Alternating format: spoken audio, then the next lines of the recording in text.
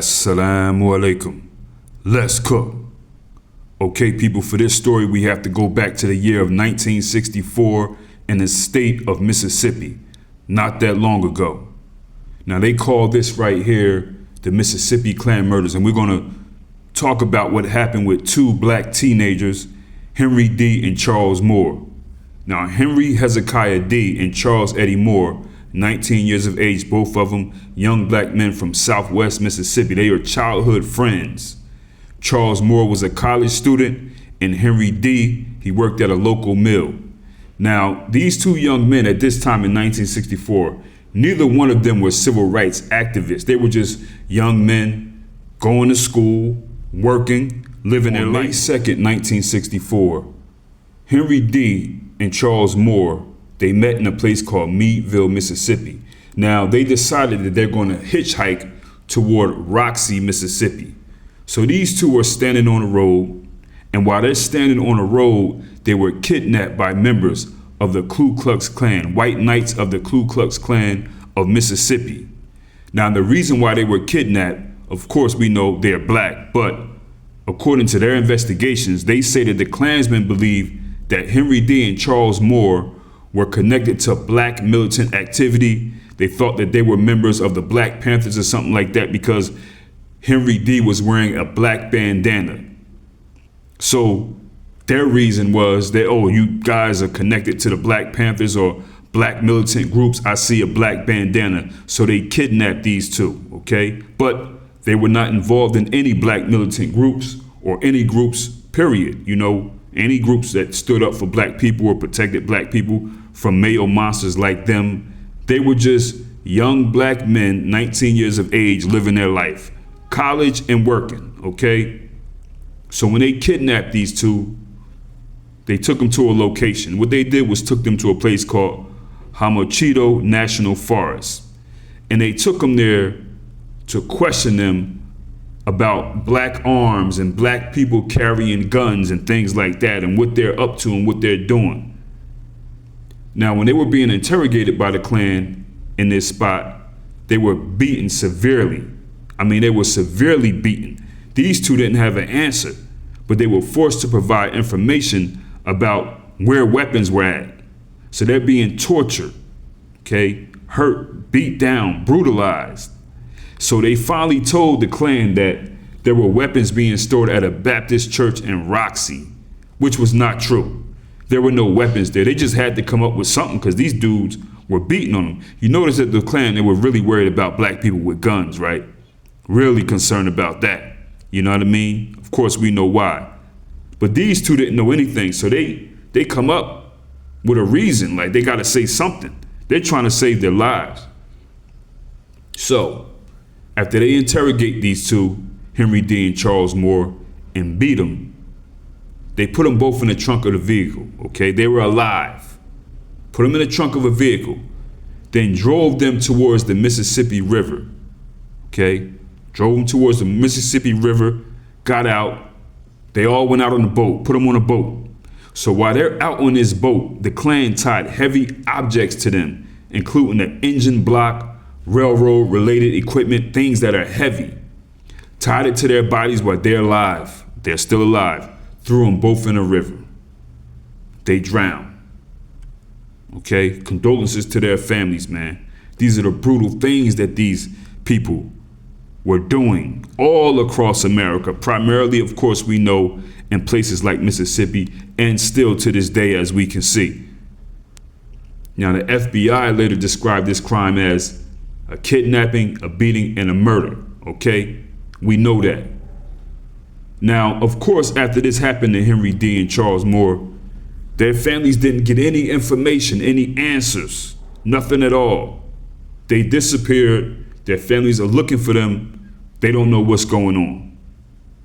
Now, what happened also was, what went down with Henry D. and Charles Moore was kind of overshadowed by that Freedom Rider situation with James Chaney, Andrew Goodman, and Michael Schwerner. They disappeared in June 1964. So that was the big buzz. That was the big story, okay? This was a big federal investigation known as Mississippi Burning. They're looking for the bodies of these guys. So while they're searching for the bodies of Cheney, Goodman, and Schwerner, they discovered the remains of Henry D. and Charles Moore. That's the only reason why they found them. They weren't out looking for them. It was not part of an investigation. And this went down in June of 1964. The FBI agents, they're searching the Mississippi River. They found human remains. On June 12th, they found the body of Charles Moore. Okay, they were wondering if this was one of the bodies of the civil rights workers who they were looking for. No, it wasn't. And the next day they found Henry D's body. And then they realized that they uncovered an entirely different murder case. Then they also found things like the engine block, chains, railroad equipment, and other stuff that had been used to weigh these two young black men down. Okay, that's what happened. So did anybody get arrested for this? Yes, eventually somebody did get arrested for this. The FBI investigated and they identified somebody by the name of James Ford Sill, who's a Klansman, and Charles Edwards. Now these two guys right here, they gave the investigators partial accounts of the crime, partial. And at the time that they brought these guys in 1964, this case did not lead to any prosecution at all. The charges were dropped, decades would go by. These white men are free living their lives. They know they did it. The authorities know they did it, but they're white. And they did this to black people, okay? Now, what happened? Charles Moore has a brother named Thomas Moore. And he started pushing for the investigation to be reopened as far as what happened to his brother and his brother's friend, okay? He pressed them for this.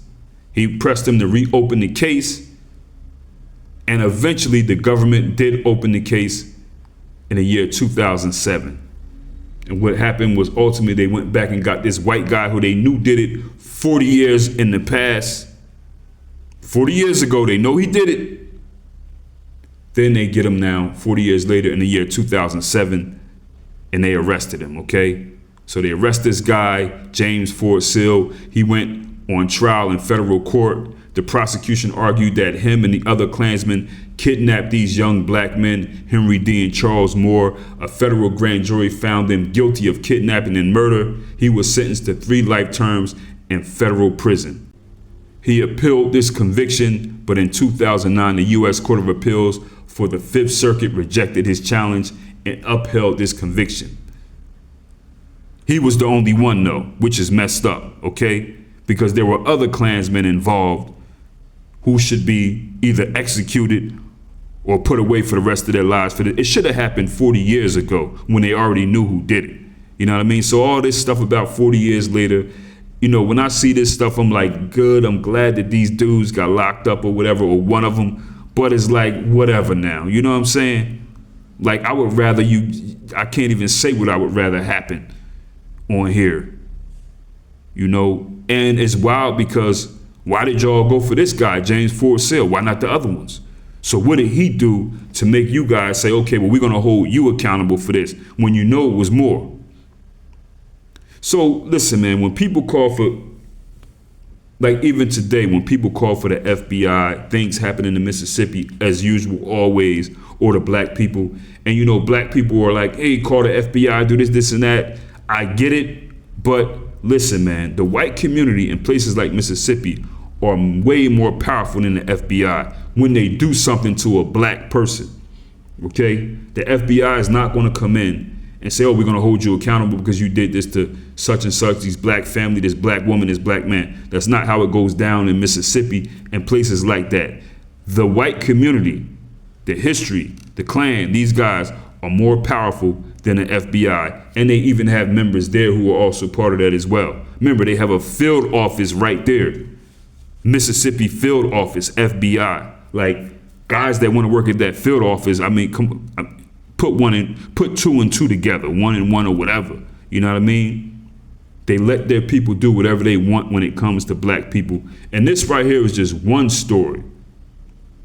One story. The only reason why they found these 2 young black men is because they were looking for those Freedom Rider guys. Okay? But this is just one that people know about. There are thousands more we never even heard of. White terrorism in America. This is what always went down. This is what they know about. This is what goes down. Picnics and things like that. Postcards. Oh, we can go on and on, people. Condolences to the family of Henry D. and Charles Moore. I'm sure your relatives are probably on social media, probably on YouTube right here. Really messed up thing that happened. You know, condolences to all of our people, man. This is messed up. Messed up story. Get in the comments, people, easy.